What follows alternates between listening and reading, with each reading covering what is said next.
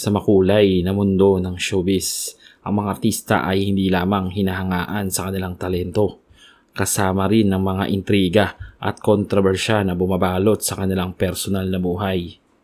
Dalawa sa mga pinakabagong pangalan na napasailalim sa mga usapan, sila Clea Pineda at Janela Salvador. Si Clea Pineda, kinilala bilang Ultimate Female Survivor ng Star Trek Season 6. Matapos noon, pumasok siya sa iba't ibang serye at pelikula at kalaunan, mas pinili niya maging tapat sa sarili nang mag-come out siya bilang isang proudly queer. Samantala, si Janela Salvador mula pagkabata ay nakilala na sa kanyang husay sa pag-arte at pagkanta.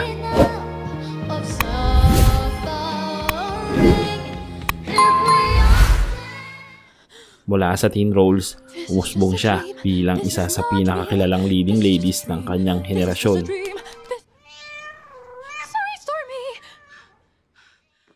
Ngunit sa kabila ng tagumpay, dumating ang pagsubok. Nitong taon, kinumpirma ni Clea ang pagtatapos ng kanyang relasyon sa long-time partner na si Catrice Skyralph. Pero sa nangyayari, but sinasabi ko, ako nagsasabi mismo sa inyo, walang third party na nangyari.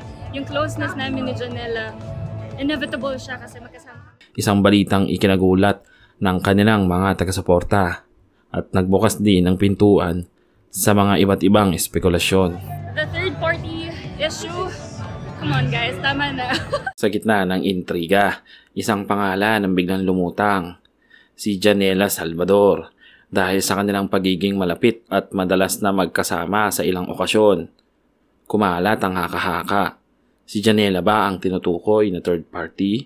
Ngunit mabilis itong itinanggi ng dalawang panig. Sa isang panayam, mariing sinabi ni Janela, "Hindi po ako third party." At dagdag pa ng dalawa, "What you see is what you get." Pero kung anong nakita niyo, yun na yun. And para lang maging klaro, sabi ko kasi magsasalita ako at the right time. Ito na yun. Hindi po ako part ng breakout at hindi po ako third party. I'd like to explain from that.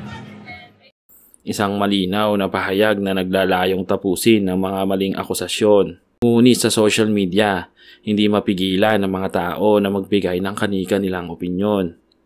May naniniwala sa kanilang paglilinaw, ngunit mayroon ding nananatiling nagdududa na baka higit pa sa pagkakaibigan ang namamagitan. Sa kabila ng lahat, hindi nila hinayaang maapektuhan ang kanilang trabaho. Si Clea ay abala sa kanyang mga proyekto, habang si Janela naman ay patuloy na humahakot ng suporta sa kanyang mga palabas at performances. Sa huli, mas pinili na lang magpatuloy kaysa magpaapekto sa ingay ng intriga.